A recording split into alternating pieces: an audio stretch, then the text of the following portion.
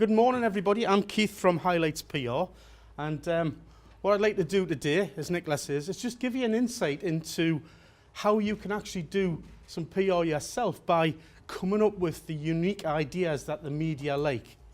You know, it's dead easy to actually think about things like the who, the what, the why, the how type of thing to write a story about your business. But what really gets you coverage is doing something slightly different.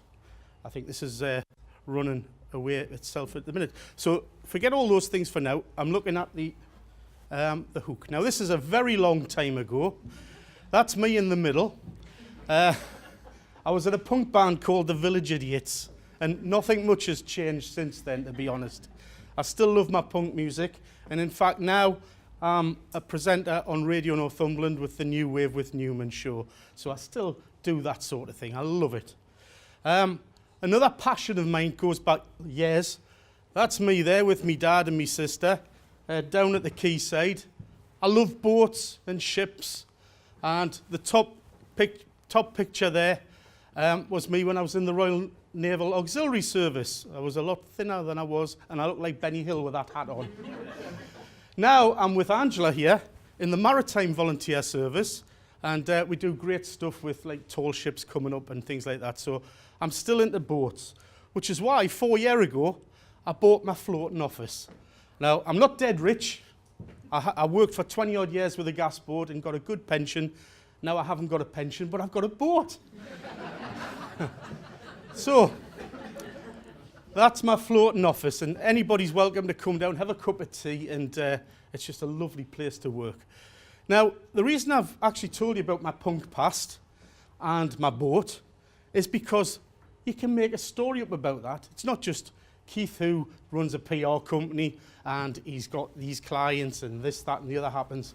You can actually start to make a story because of that information that not everybody knows.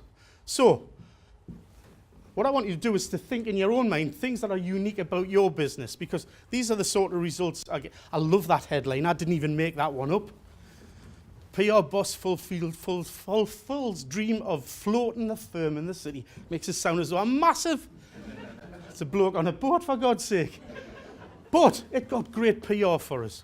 So that's the type of thing I'm going to be talking about today. Getting the hidden hook and letting you think about how you can promote your own business. Good PR isn't rocket science. It really isn't. You need these things: a story, a photograph, contacts, and passion. Now, the story could be something like a new business, new premises, getting new technology into your business, milestones. We've been going for 50 years, something like that. There's loads of things you can actually think of which are just a little bit out of the ordinary. Sometimes, if you've lost a member of staff, not because they're dead, that's not really a good story, but if they've moved on to something else or that type of thing, you know. And themed things as well: Christmases, Valentine's Days, World Day for whatever. And believe it or not, I've got to look every day to see what World Day it is today. I haven't looked today, but there you go. It's probably something daft. But what you've got to think of is what is different about you, because that is what will get you in the papers, on the radio, and in TVs. Here's an example. Rachel came to see us to advertise this talent show which is happening in a week or two's time, June the 16th in Wallsend. And it's a talent show for a young dance academy, raising funds. And she sat on the boat and she says, "I'd love you to do some PR for that." And I said, "Well, I will, but I really don't want to take your money because that ain't going to print anywhere.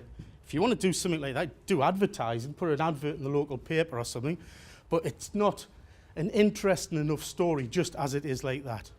So I said to her, "So what do you do for a living?" And she laughed. And I says, "Why are you laughing?" She says, "Well, if I go back to my hen night, I was in a nightclub and I met this 6'7" drag queen. And he said, 'I wish I had high heels like yours because I can't get them.' So she says, in a drunken state, 'I'll get you some.' And then our business was formed. And this is Dr. Shoelittle. And Rachel's in the middle with a drag queen, pole dancers, tattoo artists and prom queens. And it suddenly became a much more interesting story. So interesting that one publication, which I'm certainly not going to mention, said, "We can't publish filth like that." And I thought, get in, we've got a story. But other publications did. And I think it was on Tuesday this week. Yeah, Tuesday this week. The Journal, in the business page, published that. She's also been on BBC Radio Newcastle. Not tucked away at 3 o'clock in the morning, but prime time mid-morning, talking about what she actually did. And Alexander, the drag queen, was in with them. It was a brilliant interview. Listen on the iPlayer if I can. I was laughing my head off. But anyway, great PR for them. The internet site that they've got has had loads more hits, and everybody's happy. Another one, Emma. Great name. She makes bunting. She's called Emma Bunting. What a fantastic, that's a story in itself. Goodness gracious. But she came to see us because she runs a networking group in Morpeth and basically wanted to promote that. And when I got talking and I find out all about her business and what she's done in her life and everything like that, and I said, "What about your clients?"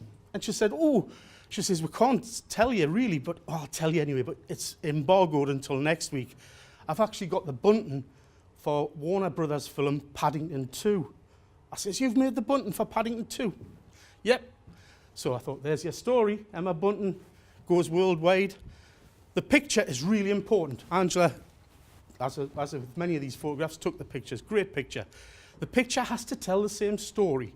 So if you're doing your own photographs, whether it's with an iPhone or if you get someone like Angela to do it professionally, always make sure that your photograph tells the same story as the writing. So in this particular case, we managed to borrow a railway station, which was fantastic.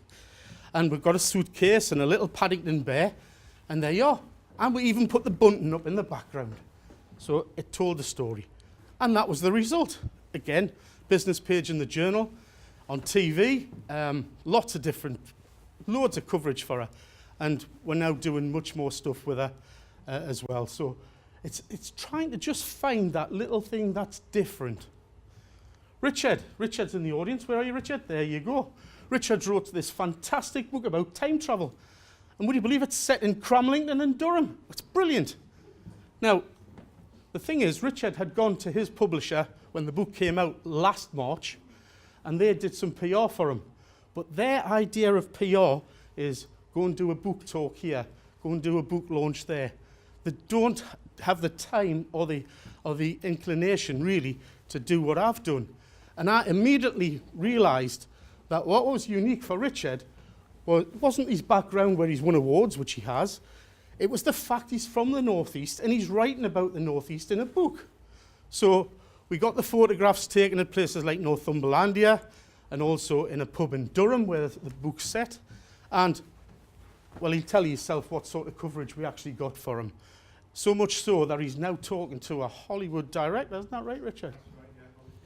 So things like that can happen very easily. And I was delighted the other day when I got this from Richard, which is the publisher's own newsletter or whatever. And it talks about him here. With the help of Highlights PR, he's known all over the world. So it just shows what can happen. Now, have we got any loan sharks in the audience? I knew you wouldn't admit to that. But I've been asked to do a story about a new film that's coming to be premiered in Newcastle in a couple of weeks' time, about the misery of loan sharks. And it's by the illegal money lending team, which are based in Birmingham. Now, it would have still been quite easy to just write a story to say, there's a film and it's coming to Newcastle and it's for charities and things who come involved with people who are affected by loan sharks. But what we actually did is we looked at the creative team behind the film. And these three, we've got your director of photography, director and scriptwriter, and we highlighted their work. And even more importantly, we highlighted the fact that settings in North Tyneside and Newcastle had been used. And that was the Chronicle last week. Front page of the Chronicle Life section and a full page in there. Now those three are going on to Radio Newcastle tomorrow morning to talk about it. And as a result, tickets for the premiere are going very fast. They're free. If you want to go, just do a Google on that. It's only a 15-minute film, but there's networking opportunities also. It'll be a great afternoon. One of my favourite projects that I work on is the charity Sunday for Sammy. I absolutely love it. I've worked with them for 6 or 7 years now. And you'd think, well, how hard would that be to actually get in the paper? Because the media loves the Sunday for Sammy concept with all the entertainment stars. And yeah, it is one of my easiest things to do. It's also one of the most rewarding, but I've still got to come up with unique ideas because otherwise the media gets bored. So, for example, tickets sell out very fast. So, 4 years ago, came up with the idea of having some of the stars actually queuing up at the City Hall with the people who were queuing up and entertaining them as they did. The TV came along to that. That was great. I do stories about the entertainers. Perhaps the biggest story was when, a year and a half ago, we announced that it was moving from the City Hall to Newcastle Arena. And there was a lot of people who said, oh, it'll not be the same, it's not as intimate, blah, blah, blah. But thankfully, that was turned out not to be the case. It was a fantastic show. Absolutely brilliant. There was loads of stars appearing. I was even in it myself. I played a fat bloke in a suit. It was great. I really don't know how the cast is on that one. But there's fans travel miles, so you find out from the box office where people have come from by sales, and then you contact them and you maybe do a story about somebody who's going all over the place, you know. So try and think of something that's different. I do PR for a lovely fish and chip shop just up the road in Seaton Sluice. And one of the stories I did for them was the fact that somebody had gone in, took a takeaway, and then put it in the oven, left it for a day, and then heated it up again, and it was still lovely. Well, what's that about? But what they were doing was, it was a dry run, because they went the next day, because it was so nice, did the same, and then popped it on an aeroplane and took it to their family in Cyprus. So the story was, cooked in batter, served in grease. So stories like that can actually get you a lot of good PR. And, you know, if you go back to what Nicola was saying, they're priceless to share on social media because they just go daft. So I'll give you a couple of hints. This story here is about the auditions for Sunday for Sammy, and this is a North Tyneside theatre group, Blona Hooley, who've been given a grant. So that hopefully will appear in the papers the next few days. And this one here, top secret, you don't know about this yet, but when we sold the DVDs, in one DVD, we actually put a golden ticket. And this is the guy who won the golden ticket. And we've done a story about him. Now, what's interesting is he nearly threw it away. It wasn't until his daughter said, what's that? And he went, oh, I've won some tickets for the next show. And she looked and she said, you've not only won tickets for the next show, you've won this big logo that's been signed by the whole cast. So he's delighted with that. But we're keeping that back for Father's Day because it was his daughter that got him out of it really by doing that. So have a watch out in the media for that one soon too. Here's some stills from this week's Look North when Sunday for Sammy was on, and there's Harriet and Mickey again from Blona Hooley Theatre Company. Now, another one I love working with everybody really, but Tyne Idols, a lot of you are aware of Tyne Idols, the big bus that goes around Newcastle and North Tyneside doing film and TV and music memorabilia. They asked us to do a story about Billy Mitchell and Ray Laidlaw taking their Lindisfarne story to Lindisfarne to actually do a concert. And not just that, but the bus was going to take 70-odd Lindisfarne fans all the way up there to watch it as well. We actually met them on the corner, but that's another joke. So we did the story, and I thought, what a great idea, because the bus was fairly new. Let's get it blessed by the vicar of Lindisfarne. So that's what we did. We've got the vicar here doing his, as you do, blessing the bus. But then a day before the actual event, somebody broke into the bus and stole the music system, which isn't very good when you've got a bunch of musicians and everything going up on a bus. So that was a bit of a dampener, as it says there. So we managed to get a new system, and then what we decided to do was move it somewhere else. But where do you move a bus? Now, thankfully, North Tyneside Council were very, very good. And a guy called Steve Bishop helped us out. So the next story was about him. And the headline, "The bus blessed by a vicar, hit by a sinner, and saved by a bishop." You couldn't make it up, could you? So that gives you some idea of just some of the press cuttings that you know, we do. And a lot of them are unusual ideas. And that's really, really what you need. So that's it from me, really. And I'm ready for any questions, if anybody's got any. Is there really any such thing as bad PR, right? So, because that's the thing that we all hear, isn't it? All PR's great. But really, if it was a nasty story about me, I'd be utterly gutted. Yeah. But is there any such thing as bad PR? Yeah. There's some stories lately, which I'm not going to talk about, which I would think if that was my PR company, I'd go and hide. I really would. Because, yeah. But there's ways of trying to get yourself out of that. Now, I've got clients who have actually stopped getting in the papers because of things they've done wrong. So, and again, I can't tell you, unfortunately.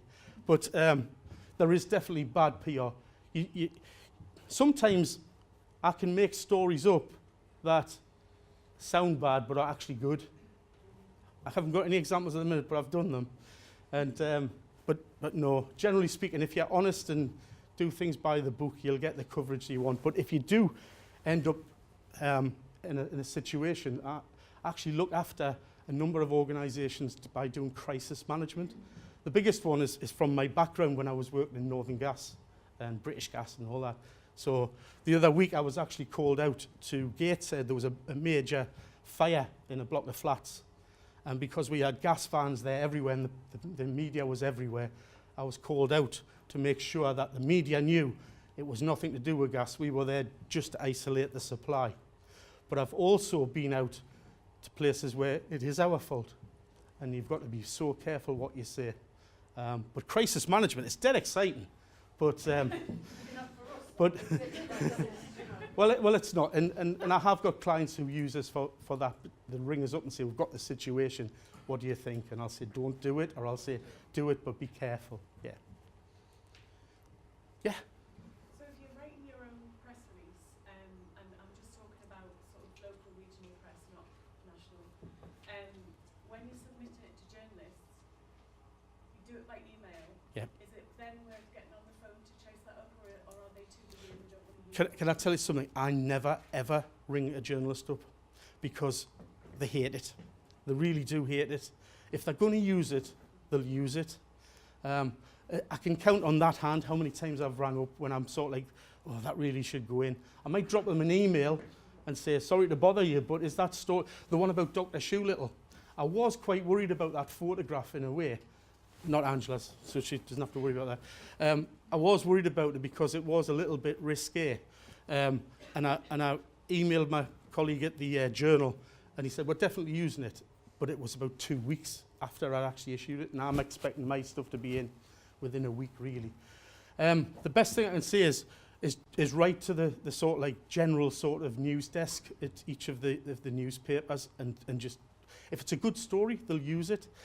The problem is if you write to them and say, "This is what I'm doing on so-and-so, and this is what I've done," they'll generally not do it because they haven't got time. What they'll do is they'll look at a thing and say, "Oh, it means I've got to write that. It means I've got to arrange a photographer."